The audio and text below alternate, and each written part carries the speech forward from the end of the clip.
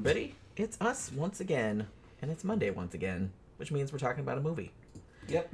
And again, this is a random-ass movie that we picked.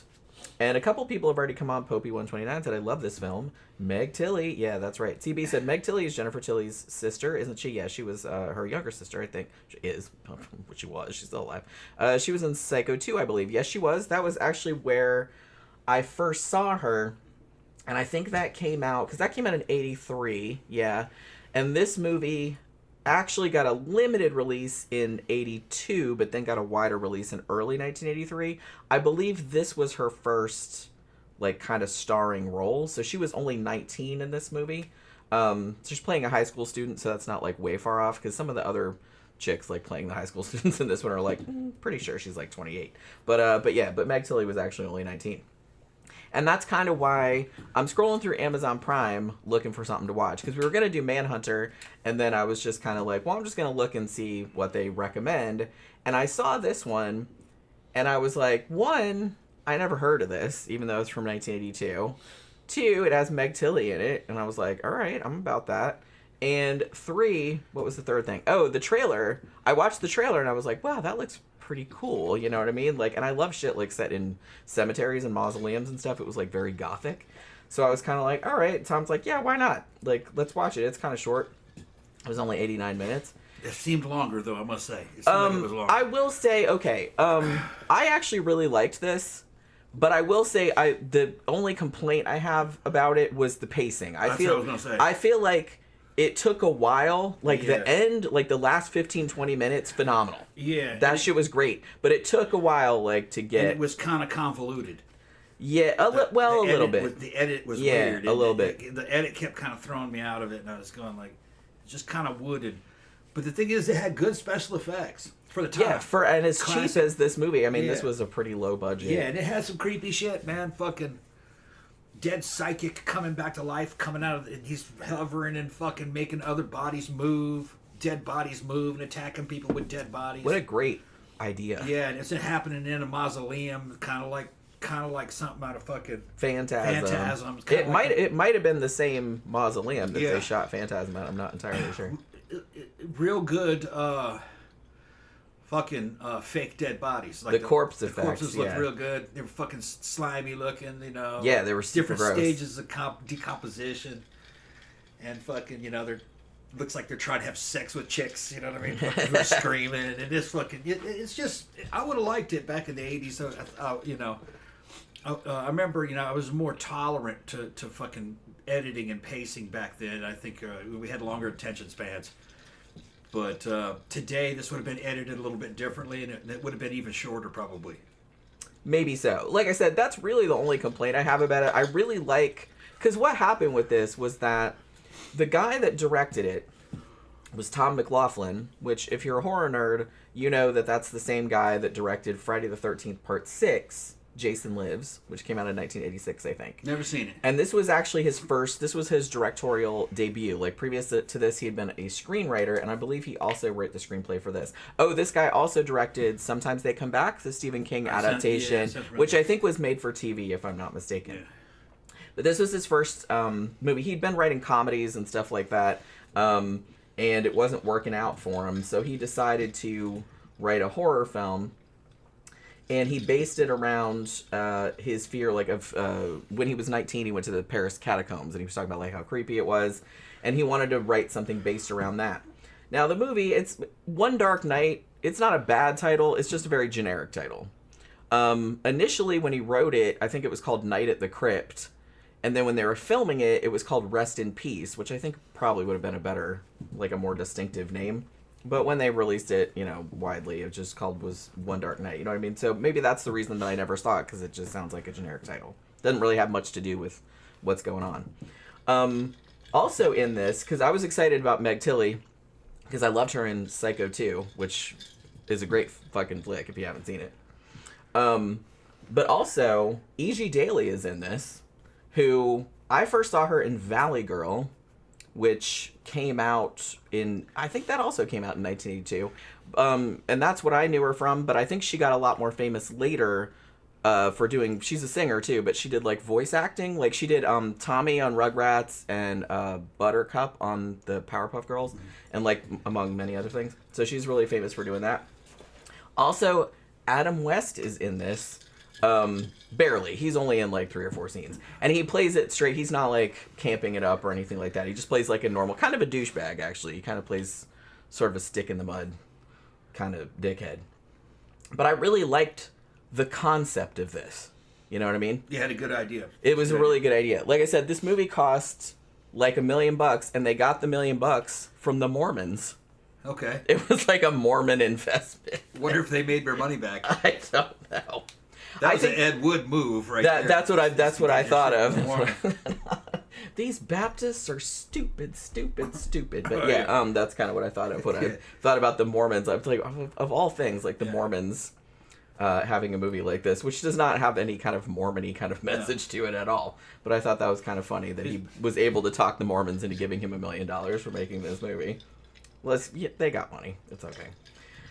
But so here's the story behind One Dark Night. So at the very beginning, you don't entirely know what's going on at first, but you have this woman who you find out later her name is Olivia. And she's having some kind of dream that you're led to assume is like some kind of psychic dream. And somebody's in a car and they're picking up a hitchhiker, and then there's all kind of terror and stuff, and you're led to assume that the hitchhiker gets murdered or whatever. And so she wakes up freaking out and screaming. And then we cut to this kind of I don't know. I guess this was shot in Los Angeles because I think that's the Los Angeles, like the Hollywood Forever Cemetery or whatever it was, like where they shot most of this. And I think that's the mausoleum there where they shot it. And so they're at this apartment, and all these cops are there, and all these coroner vans and shit like that. And they show up, and they're like, okay, well, this really, really famous Russian psychic dude, who I can't pronounce his actual name, but they just call him Raymar. Because that's kind of part of his last name. And he has been found dead in his apartment along with 6 dead women, like young women. But they can't figure out how the women died. Like they weren't obviously murdered, but they're just kind of like laying there like in a pile. They were piled up in the closet. It looked pretty good. Yeah. He was laying there in the middle of the floor. And they assume that he died of a heart attack. But weirder still, when they get into the apartment, they notice that there's all kind of like plates and vases and stuff like that, like halfway embedded into the walls. Yeah, knives and spoons, Uri Geller shit. And they can't figure out how that happened. Like it was done with psychic forces. Right. And so then when they're trying to move Raymar's body and being like, what the fuck is going on in here? Like his hand kind of goes like that, and his hand goes and a lightning bolt goes, like a lightning bolt goes up and like makes a hole in the ceiling. Yeah, the ceiling. And I love the cops, like the expressions on their faces. They're like, huh. Yeah. You know what I mean? Static electricity. Like they don't. Yeah.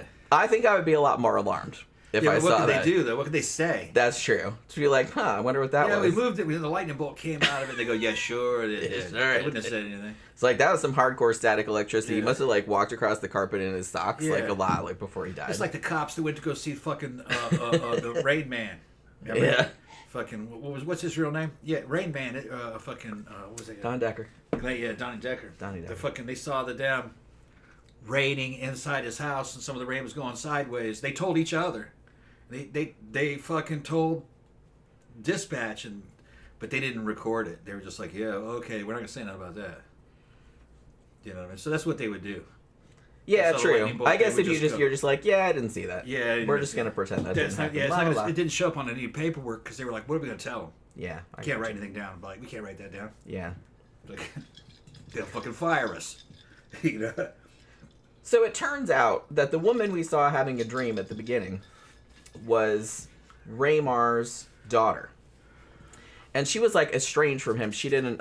He had like sent her away like when she was a kid, so she didn't really know him or know what was going on. She knew he was like a famous psychic, but everyone thought he was a fake and blah blah.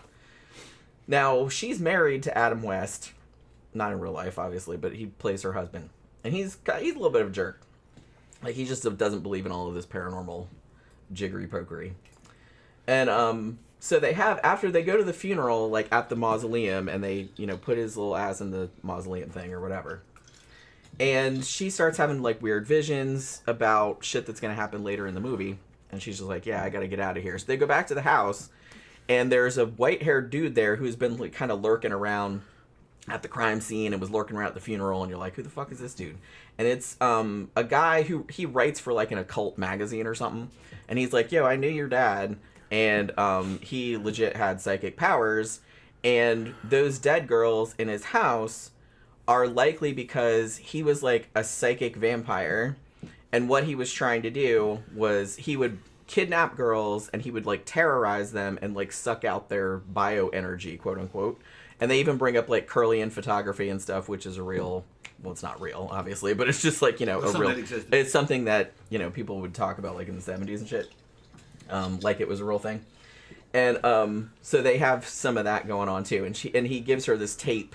Is like, you know, listen to this. This is like some experimental shit. Because he was like, he could move shit with his mind. And he was like super powerful and all this other stuff. So all of that is going on over here. And then over here, we have a high school drama Mean Girls thing going on. Because you have this clique of kind of cunty. Well, really only the main one's kind of cunty. The other two are alright.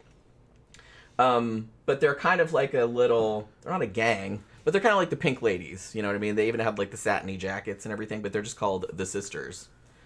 And there's 3 of them, and I don't remember what their names are. Carol, Kitty, and Leslie. I think E.G. Daly's character was Leslie. She was like the only nice one. And then Kitty, for some reason, they never really explain this, but she constantly has a toothbrush that she just has in her mouth all the time. And somebody asked her about it, and she's just like, whatever. And they're like, okay. That's just, she just has a toothbrush. That's just how it works. Sounds like somebody's trying to create a character. Yeah, she has like oral fixation. Yeah. I guess is what they're trying to say. I don't know if that's what they're... Maybe there was some other shit in the script that didn't make it into the movie. But so there's the 3 of them, and then there's this other girl who's played by Meg Tilly, and her name is Julie. And for some reason, she's kind of more a quiet type, you know, a little bit... Yeah. Nerdy, a little bit. She's still like beautiful and she has like a hot boyfriend and everything like that, but she's like, you know, she's a little more conservative, I guess, like with her clothing and stuff. And she for some reason wants to be a part of this clique, and they are gonna let her do it, but she has to do like an initiation, and they won't tell her what the initiation is. And Carol, who is like the queen bitch, she used to date the guy, what's his name, Steve? His name is Steve, who's going out with Julie now. And she's, like, a little salty about it still. Even though it was apparently a mutual breakup or whatever. But she's, like, jealous about it. So she's decided that the initiation is going to be, like, super bad and super scary. Because she kind of wants her in the group, but then she kind of doesn't. Like, she just kind of wants to torment her. You know what I mean? So she decides that she is going to make Julie spend the night locked in this mausoleum. Coincidentally, the same mausoleum that Raymar has just been entombed in. So as you can imagine, as the 2 plot threads begin to, what's the word that I'm looking for, begin to come together, shenanigans ensue. So, actually, honestly, the thing about it is I feel like in 1980, I think this was shot in 1981. You know what I mean? And then in 82, like, it came out, and then, like I said, it didn't come out wide release until early 83. And that was after Poltergeist. They didn't release it widely until after Poltergeist came out, because they saw that it's like, oh, a supernatural horror film that was only, because this is only PG-13, would still, like, make money. You know what I mean? So they said, okay, well, we'll release this then. So, but you have to think, too, that this was around the time period where a lot of the lower budget horror movies were slashers, you know, and were super gory and, like, had tits and stuff like that. And this one doesn't really have that. This one is kind of more a throwback, you know, it's like a supernatural, more gothic atmosphere-based kind of movie. Like, there's no nudity. Like, I think you see, like, a girl, like, from the back. Like, you can see, like, some side tit or something, but that's about it. Like, you know, there's no nudity or anything in it. And there's no blood. There's no, like, horrible kills or anything like that. But then at the end, you know, when the shit hits the fan, like, inside the mausoleum, then it everything goes fucking crazy and there's just corpses all over the place.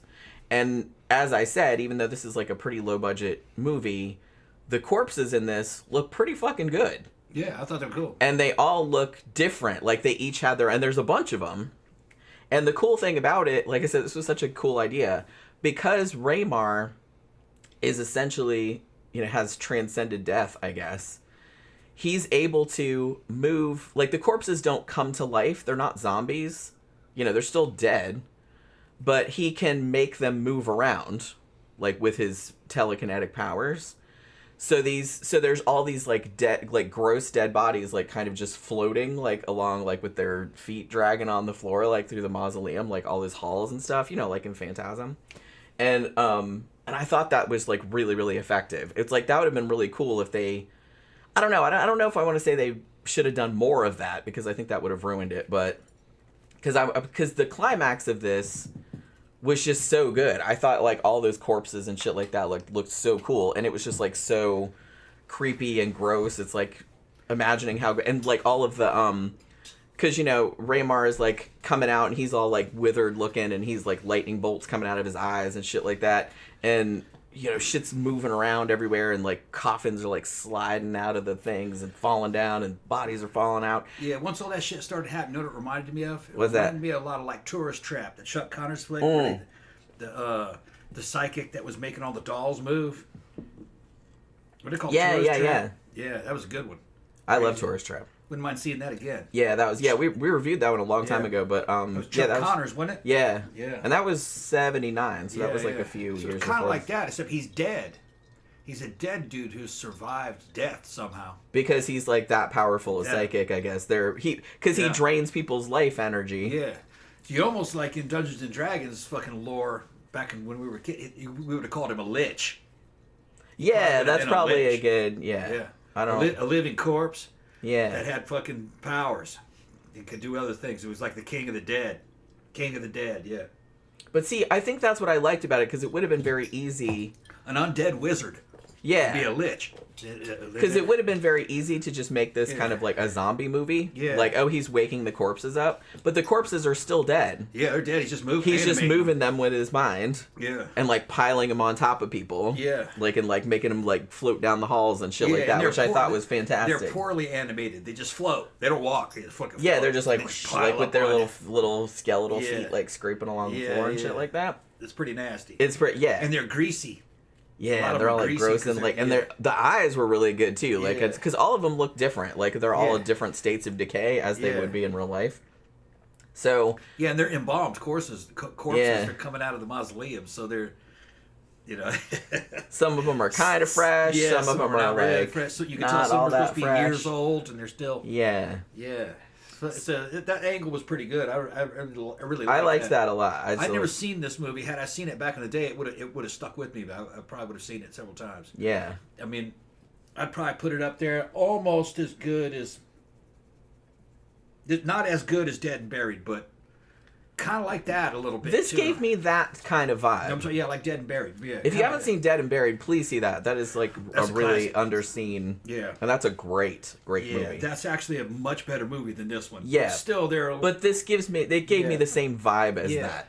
Yeah. You know what I mean? It's the same vibe, even though it's like not as good. But like I said, I think the only thing that, had this been re-edited, I think this would have been... It's like a minor cult classic, I would consider. I feel like it's a little bit obscure in the sense that it's just one you don't really hear a lot of people talking about. It did get a Blu-ray release like a few years back. So there's clearly some demand for it. If you're a horror collector, it would be good to own. Yeah. Just for something that was weird and obscure. Yeah. And pretty good. Yeah, I mean, the atmosphere of this is like great. And I like that they had the balls to kind of go... more for like I said, more like a gothic atmosphere and not for like the tits and gore. But not that I don't like tits and gore, because I do. Just a different kind of movie. But it's like a different kind of movie, and I thought it was cool that they put that out, you know, right around the time of like the slasher craze and everything like that. So I thought it was cool that they went more in like a gothic, almost like a Hammer sort of direction, I want to say. Yeah, the tits and gore movies tended to be more playful in a certain way. Yeah. It would scare a kid. They scared me when I was a kid, but I see them now as an adult. They're fucking with you. Well, yeah. They're not, and they're really not that scary. They're not really meant to be taken seriously. And they're also not very gory. Like the Friday the 13th Not movie by scared the today's shit out of standards. me when I was a kid. To see them now, that 1 and 2 and 3, they don't really show anything. They just made you think you saw something. Which is kind of genius in a way. Yeah. They don't I kind show of feel that. like the main example, and it wasn't even from the 80s, but the main example of that was the original Texas Chainsaw Massacre, which Yeah. people talked about like it was the goriest thing ever. But if you watch it, You don't really see much. you don't really see much of anything. But they Yeah. kind of make you feel like, and just the whole atmosphere and idea of it does the number on you. Yeah, the thing with Texas Chainsaw Massacre that gets people was extended scenes of cruelty. Yeah.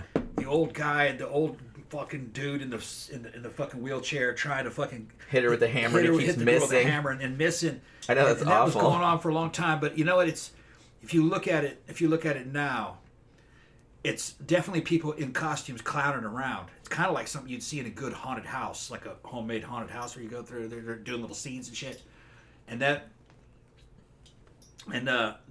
scene, and also the scene where the girl gets hung on the meat hook. Yeah. Which you don't actually see the meat hook go Go into into her. her, no. You see the meat hook, you see her being picked up, It's and all next thing you know, she's suggestion. hanging. Yeah. It is the oldest trick in the book. There wasn't a meat hook in her, of course. You know, but she's standing there screaming, and it's just a girl screaming, and she's got some support. That's all, holding her up off the ground. But they made you think you saw that meat hook go in her. Yeah. It didn't. Well, just like they Yeah. made you think that you saw the chainsaw going into Franklin Yeah, in no. the wheelchair, but you You didn't. don't You, see just saw anything. it from the back. Yep. You see it from the back, and he's just kind of like Yep. convulsing. Like They knew what they were doing because Yeah. they were trying to get Toby an Hooper, R man. rating. If they were to show that shit, they would get an X rating. Yeah. They wouldn't be able to show it. I mean, nowadays they would just show it. Nowadays they just show it, but they're trying to keep it from getting an X rating. Yeah. And it had to get an R, which meant you had to be one of the things that they did, like especially like the Thing would have gotten an X rating if the blood was red. Most of the blood in it of the alien was green, Yeah. so they got away with a lot more. That it was just green goo. Remember that? Yeah. Yeah. And they said, you know, fucking.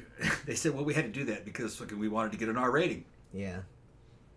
They Which were is tough. hilarious nowadays because shit, a year or two ago when we went and saw Terrifier 3, and it's like that's just R rated, and now they straight up, or is it unrated? But they straight up in that like had Yeah, somebody show all like kinds of shit. cut in half like from the ass crack up Yeah, with yeah. a chainsaw. Yeah. Cutting his balls open and stuff. Tolerance. They were less tolerant of that in the 80s. Yeah. But they were more tolerant of other things. Like you could mix sex and violence easily. They didn't give a shit about that. And they didn't care about fucking tits. There were tits in PG movies occasionally. Sometimes, yeah. Yeah. So, you know, You could kind of get away with it. Bro. get away with it. It all depended on the context. Yeah. Because I think Blue Lagoon was fucking PG, wasn't it? You know, I don't know. I'd have to look. Yeah, it was PG. I haven't seen that in such a long time. And that was extended scenes of nudity with like a 13-year-old girl in it. Yeah. So, you know, and the boy. Which, yeah. From what I remember. This movie, like I said, this is PG-13, which that seems about right because Poltergeist was PG-13 and it had Yeah. like a bunch of corpses, like realistic looking corpses in it and stuff. Yeah. But It was rumored that those were real corpses. Some of them well, were real. see, I heard that about this one too, No, yeah, that's not. but I think that might be an urban legend. Yeah. I mean, I'm not saying like the corpses in this one are good. I like the corpse makeup, like the stuff they did on them, but I don't think they were real. The story goes in the in Poltergeist that the scene where the house is collapsing and they're in the water and the corpses are coming through the. Yeah, where she falls in the pool. She falls into the pool. That a couple of those corpses were real cadavers. I'd they heard got their that, hands too. on. But I don't know if that's true. The rest of them were fake, and that they didn't tell the actors that some of the corpses Yeah. were real. There'd be a lawsuit today, but you could probably get away with it back then. Well, I mean, you could probably do it nowadays if you sourced them correctly and everyone knew was on the same page about Right, it. Hey, but- look, we're using real corpses. That's what I'm saying. No, they sourced them the right way. Yeah. But what I'm saying is that they didn't tell the actors. Right, You know, that's how the story went. right. But like I said, Maybe I they don't... did tell the actors that some of them were real, but Yeah. if this happened, Because I read somewhere yeah. that this movie also used real corpses, but I don't know. Like I said, the corpses in this one look pretty good. And like I said, they all look different, which I thought was kind of cool. Some people are going, how could you get real corpses? But- Easily, from medical supply places Yeah. and schools. They'll use not that corpses and hard. they'll do dissections on them and shit, and then sometimes they'll have extras, or they're ones that are not really These used leftover up that dead much. bodies. You know what I mean? And they're done with it. You can get your hands on that. Yeah. They've had weird cases here. The cops went out in the desert one time. I think it was in Arizona, and they found all these dead bodies, and it was the bones and fucking body parts. They thought it was a serial killer. They ended up identifying one of the heads, and it was a person that just died of old age. Yeah. And it turned out that they gave the fucking body to science, and it was a fucking medical supply company that had an overstock of all these fucking corpses. They couldn't sell them, so the dude illegally dumped them out in the desert. He got charged for it. Well, yeah. Big fine, you know. But he didn't kill the people. They weren't murder victims. They were people that died naturally. Dead bodies. Just dead bodies he had. He just kind of got rid of them in a way you're not kind of supposed to get rid of them. Well, he was going bankrupt. He had the money to dispose of them properly, so he disposed of them improperly. Well, I know. The thing is that I don't blame the dude. What are you going to do? Keep him around rotting? Yeah. He had no choice. He didn't have any money. Right. So he piled them up in a truck, took them out of the desert, and dumped them. That was probably a trip, wasn't it? Yeah. Think of the fucking biohazard. Well, yeah. And he didn't own the property that they were on. All that shit was getting repossessed. He's gonna fucking stick that. You know what I mean? The bank's gonna come in with all these rotten bodies. You know. So I kind of understand that he didn't have a choice. He didn't have any money. Couldn't dispose of them properly. Yeah. And nobody was gonna come to his rescue. So whatever. But yeah, okay. So what I forgot to mention was that when Meg Tilly gets locked in the mausoleum, like for the initiation, and then two of the other girls, the bitchy girls, other than E.G. Daly, who's like, yeah, I'm out, this is kind of fucked up and mean, and she doesn't want to do it. But the other two girls, Carol and Kitty, they're like, we're going to break back into the mausoleum at night with costumes on and like do all kind of crazy shit, like to scare the crap out of her. So she doesn't stay the night, so she'll, run away or whatever. So it so happens that the two of them are also in the mausoleum creeping around when the psychic vampire wizard dead guy like wakes back up and starts. Oh, and also Julie's boyfriend Steve finds out because he's mad about the whole initiation because he thinks Carol's a bitch. That's his ex-girlfriend, and it's like, why are you doing this to her? It's so mean and blah blah blah. And so when he finds out she's at the mausoleum, he's got to go there on his motorcycle, and he has to break in and try to rescue her too. But then, of course, like all the fucking bodies start coming to life, and everybody's like freaking out. Now, the Carol and Kitty get killed, did they not? Didn't they get suffocated by the bodies? Yeah. I'm pretty sure they got suffocated by the bodies. Because I think at the very end, you just see, like, Kitty's toothbrush laying there, with this big pile of corpses. Yeah. You know what I mean? They got killed. Now, I think the director said, I guess because the Blu-ray has, like a pretty good... I haven't heard it, but I was reading about the director's commentary. And... evidently, this initially had a different ending. And the ending of it, because what happens is that Meg Tilly's character, Julie, she gets, the dead wizard guy, Raymar, kind of, like, brings her to him, like, she's kind of floating, like, toward him, because he can, like, move shit with his mind, you know what I mean? And so he's gonna, like, suck out all her bioenergy. So I'm assuming so he can come back to life or, like, live forever or whatever. So he's doing that, but it so happens that at the same time, like, his daughter, Olivia, has figured out that she also might have psychic powers because there's something that's on this tape that the guy from the magazine gave her that said, it runs in families, and, his daughter, we don't know where she is, but, she might have these, like, really strong powers too. So she kind of has to go and, rescue everybody. But I think the original ending was that whatever was in Raymar, like, transferred to Julie's character. They said, like, at the end, there was, like, a shot of Julie that he said we actually used the shot from the Cat People remake with Natasha Kinski in it, like, of her eyes glowing and stuff. So it's like, so we were gonna suggest that, Meg Tilly's character now she has the psychic power, like, he transferred it to her somehow.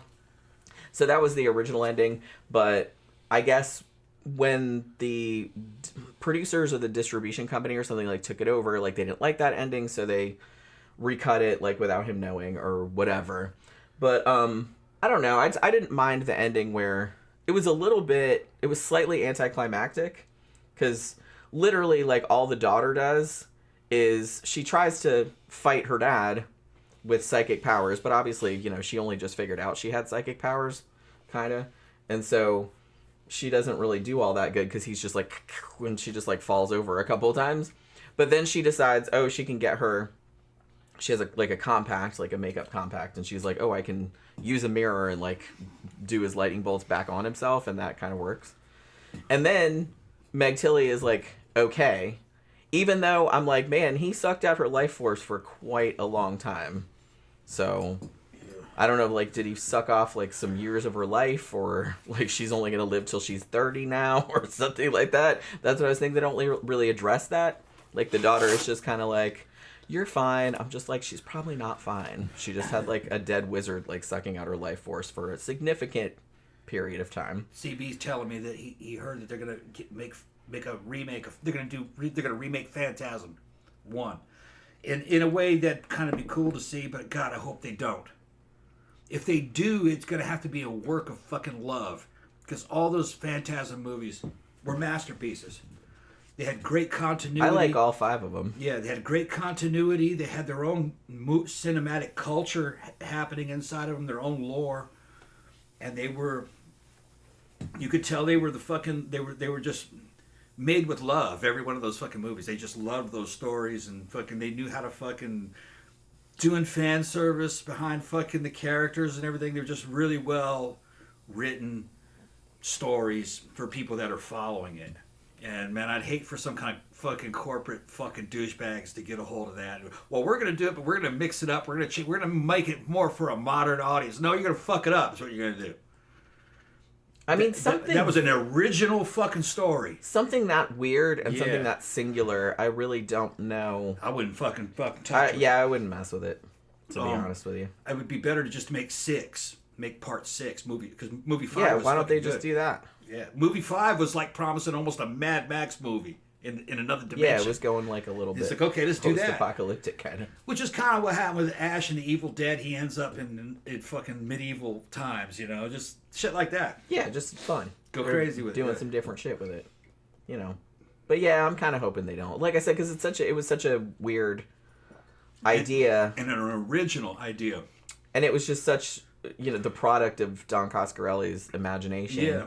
I don't know if anybody else could really. Interdimensional Jawas, fucking, and the undead, all that shit coming together. Yeah, like I said, what a weird idea. Yeah, and fucking, you know, dude being a sex beast, a bald sex beast. What was this game? What was that? Fucking Lonnie? No, what was the guy's name? No. Reggie. What's that? Reggie. Yeah, Reggie. Reggie Bannister. Yeah, Reggie was a fucking. Well, that character was a stud. You know what I mean? That character was written based on that guy. Yeah. That was his name. That's his real name. It's his real name, yeah. That's what made that's what I'm saying. That whole series is a masterpiece. The whole series. There isn't a bad movie in it. Yeah, I like that. We have all of them. I have all of them. And there's no break in any of the continuity. It doesn't violate its own lore. It sticks to whatever lore it said. So you're understanding the universe of Phantasm. Yeah. You know, even though the first movie kind of has some weird editing, it was still a very charming movie. Yeah. I mean, it's rough around the edges, but it know, it was a... It's a work of somebody's love. Yeah. It was a labor of love. I mean, it was a very, very low budget movie. Mm-hmm. I rewatched Phantasm just a couple weeks ago, matter of fact. Just I was in the mood for it. Some dudes without any money trying to tell you a story and entertain you. And they kept track of their lies. Yeah. So well, you got to. Like beautiful, yeah. And they built on their own lore on this original idea. And it's a very American story. Very American story. Camp Guy says, Angus Scrimm, the tall man, he could carry a whole casket all by himself. Yeah. Man, he was like... That's the thing. It's like if they remade Phantasm, it's like Angus Scrimm is dead. And it's just kind of like... It's not really the same without Angus Scrimm in it. Yeah. And the only guy that was ever fucking similar to that, he's probably dead too, that was a dude from fucking Bird Offerings. Oh, yeah. Remember, who's the fucking dude with the tall guy when the fucking... The chauffeur? The chauffeur. Yeah, I wonder whatever happened to that guy. Holy crap! That the first time I saw that movie, that scared the shit out of me. Yeah, and he comes in and fucking rolls that casket into the fucking room and shit. Pow. Yeah, he's got that weird, that creepy grin and shit like grin that. And fucking black sunglasses and fucking. He's got the Undertaker clothes on. Man, I love Burnt Offerings. Yeah, Burnt Offerings was good. That's one of my favorite movies. You only see him in somebody's vision, right? Yeah. Well, you're led to assume. I mean, Oliver Reed's character in the movie, that was at least. It was either the person at his mother's funeral that closed the door of the hearse or whatever, or it was his interpretation of the guy that did that. You know what I mean? Yeah. But he sees it in a vision, right? Yeah. Yeah. Well, and then see it. Well, he sees them sometimes like in broad daylight, and then like when he's gone, then he's gone again. Yeah, I gotta see it again. Yeah. I gotta see it again. But that's the only guy that could ever top that. Yeah, that's the only guy that's on par with Angus Scrimm, was that fucking tall dude. And that dude was on Star Trek. He played a lot of aliens. Oh, did he really? In Next Generation, yeah. He played a bald, tall, he was kind of a Lurch type character. I think, you know what I mean? I think he might have actually played Lurch in the newer Addams Family. No, that's a different dude. Yeah, back in the 90s? That's a different dude. Is it? Okay. Yeah, I can't remember his name, but I can picture him. Okay. That's a different guy. But so you might be thinking of a different. Might be thinking two different guys. Yeah, you're probably thinking of two different guys because the Lurch from the ones with like Raul Julia. Yeah, that's not the same guy. Okay. I don't think. Because the guy that played the chauffeur, I don't think he was like freakishly tall. He just had a certain look. Yeah. But that guy who played the chauffeur, he ended up in a bunch of Star Trek: The Next Generations too, playing. Now aliens. I'm kind of curious because I don't remember that dude's name. I might be. I'm pretty sure. There was one where he played a big old tall dude with bald head, and he was an alien, and I think he was kind of psychic or something. He could project his thoughts. It's been a long time since I've seen fucking Next Generation, but if I remember correctly, he was in a bunch of Next Generations. There's different characters every time. I'll look it up after the show and see, because now I'm kind of curious. Because like I said, I never really looked up that actor's name because he didn't look familiar from anything else. But he freaked me out so much in Burnt Offerings, and I was like, I probably should have looked him up at some stage. Because he might have been in some other show. Pretty sure he's in a bunch of Next Generations. Yeah, he might be. Fun fact about this movie that we were talking about. The guy that directed it, do you remember the movie Prophecy from 1978? With the bear? With the mutant bear? Yeah, I love it. The director of this movie was the guy in the bear suit. Okay. He was the bear. He was the bear. He was the bear monster. He was the Prophecy. Yes. He was the bear monster. That was another classic movie that they didn't quite answer. They didn't quite finish that story. Remember? Yeah. Because there was a mutant fish. We reviewed this, There was a mutant fish running around on two legs. They never quite explained that. I really wish they had done like a sequel. I think we talked about this when we reviewed that movie a long time ago. Yeah. I was like, why didn't they do a sequel just about that? Like, because what was that about? They didn't. It was where the fucking mercury was that was polluting it that made the mutants, and there was a fish running around, a little fish about 8 inches tall on two legs. Like, and they saw it, and they were like, "What the fuck was that?" And that was it. What the fuck? So what happened to that fish? How many were there? Yeah. What else got mutated? Where are they? So I mean, they did talk about. I think in the movie, didn't they talk about like a couple of the fish got super super big, like dolphin size? Yeah, maybe. And then there was something else, like there was another animal that got like real mutated. Other than the bear was the main monster, but I think there was some other ones that got like super mutated. It looks like they were gonna do a sequel. Maybe they did do a sequel, didn't see it, or wasn't any good. Maybe there was a Prophecy too. Yeah, I don't know if there was or not. We can look. And the thing about it too is that sometimes what happens a lot with movies is that there'll be plot threads in there and they film shit for it, but then like shit gets edited out and then they forget to take this scene out that referenced some other scene that did get taken out, and then you're like, well, what the fuck was that about? You know what I mean? Oracle said Ted Cassidy must be talking about the guy. No, that's the original Lurch from the original Addams Family show. We're talking about the guy from the 90s Addams Family, the one with Raul Julia and Angelica Houston. I'm gonna go check Burnt Offerings and see what that dude's name is. Yeah, what was the chauffeur, the actor that played the chauffeur? Because I'd be kind of curious. I mean, I don't know how old he was, because Burnt Offerings came out in what, 1978 or something 76. like that? 76. Oh yeah, it was earlier than that. 76. So but yeah, so I don't. He might be dead now. I don't know. But like I said, I don't know if they remake Phantasm. I'm not really sure. But see, this movie, that's why we're talking about Phantasm so much, is because this was shot. I think it was shot in the same mausoleum. is why. Because as soon as they went in the mausoleum, I'm like, oh my god, it looks like Phantasm in here. But it, I know all mausoleums kind of look similar, I suppose. But this one looks kind of distinctive, and I think it's the same place that they shot the Phantasm. They shot Chauffeur again. S-H-E-U. No, C-H-A. C-H-A. U. F-F. Yeah, there it is. E. I got it. Yeah. Because he wasn't listed in the cast members. Really? There he is now. His name is Anthony James. Anthony James. Okay, and I'm going to fucking look up that dude. All right, we're going to look up that dude. Okay. And then we'll see what else he was in. He must have been in some other shit, I would imagine.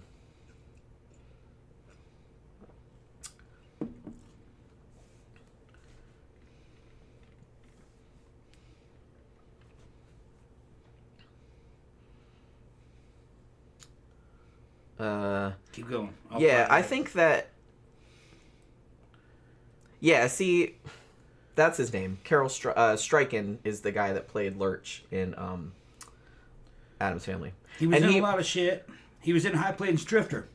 Was he really? Yes, and he's also in Unforgiven, so he did a lot of westerns. Westerns, oh, okay. He I did could see Naked Gun. I think Man, I haven't seen that in a long I think in Unforgiven, I think he might have been the guy who was given the shave. No, it wasn't the dude that gave a shave.